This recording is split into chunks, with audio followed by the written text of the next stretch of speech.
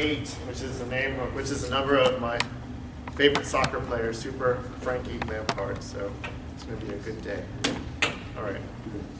I got 3. One of them's nice and short, but the first one isn't. It's really long. The chair of the York County Proust summarizing competition eats a piece of cake. It is over 2 weeks old, this piece of cake, left over from a catered function.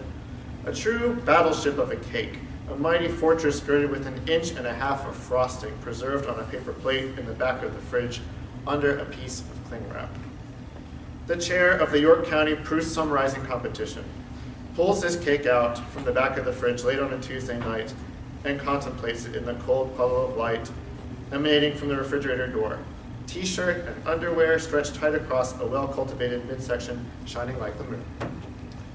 He closes the fridge slowly, shrouding the kitchen in darkness, sets the cake on the counter, peels back the saran wrap covering slowly, delicately, as one removes a silk shawl from the shoulders of a lover.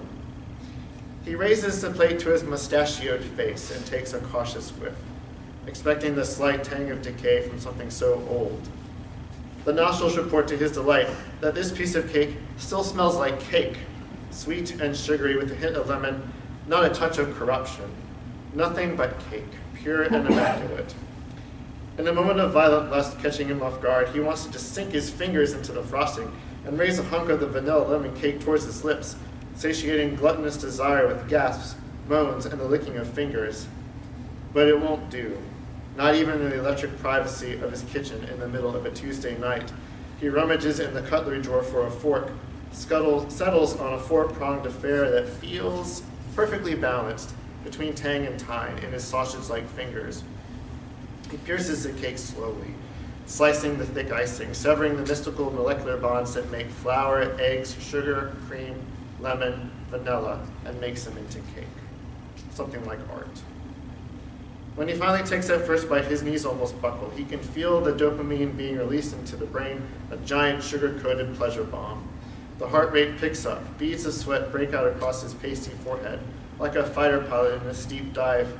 He strains to stay conscious, trying to note the way the flavors intertwine in a tango that dances seductively across the palate, how it is almost effervescent. But soon he's lost in memory of how her yellow sundress with the flower print hugged the lines of her body, how her long hair streamed in the wind like a banner, marking her position on the pebbled beach, her easel in front, paintbrush clenched between her teeth, undoing the scarf around her neck as the rain softly fell outside. Stale cake, red wine, the light from candles dancing in the deep poetry of her eyes. Smoke exhaled, tumbling slowly from her mouth like incense, while the record skipped. And he remembered the letter, he still had it, crumpled and worn, that he typed days later, resigning his commission, his fingers striking the keys of the hotel office typewriter, hard with fear and trembling, piecing together his salvation. He thought he had seen something better than service, tasted something higher than the lofty ideals of a new Rome. The letter was almost in the mailbox when he pulled his hand away from the slot and started towards the station, shoving the envelope into a pocket of his M65 field jacket, olive drab, military standard, CTAC 43455.